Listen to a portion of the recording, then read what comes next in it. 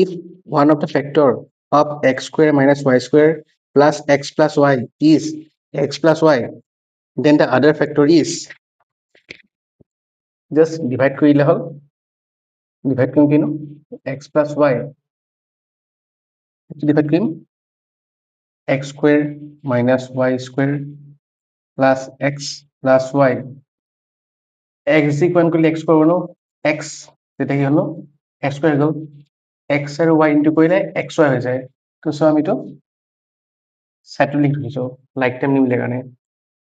Next এটা কি আছে ন, মাইনাস করে দিব, মাইনাস xy হয়ে গল, হয় না? এটিটো আছে মাইনাস y স্কয়ার নামালো আর ওটা ভাগ করো, y দি কোন গলে y স্কয়ার হলো, মাইনাস y ইনটু কইলো কি হলো মাইনাস y স্কয়ার হলো, y ইনটু x হলো কিনো মাইনাস xy, হয় এটা নামিলে কিনো x plus y, x plus y দি কোন কইলে এটা হবো প্লাস 1 x প্লাস y, হয় না?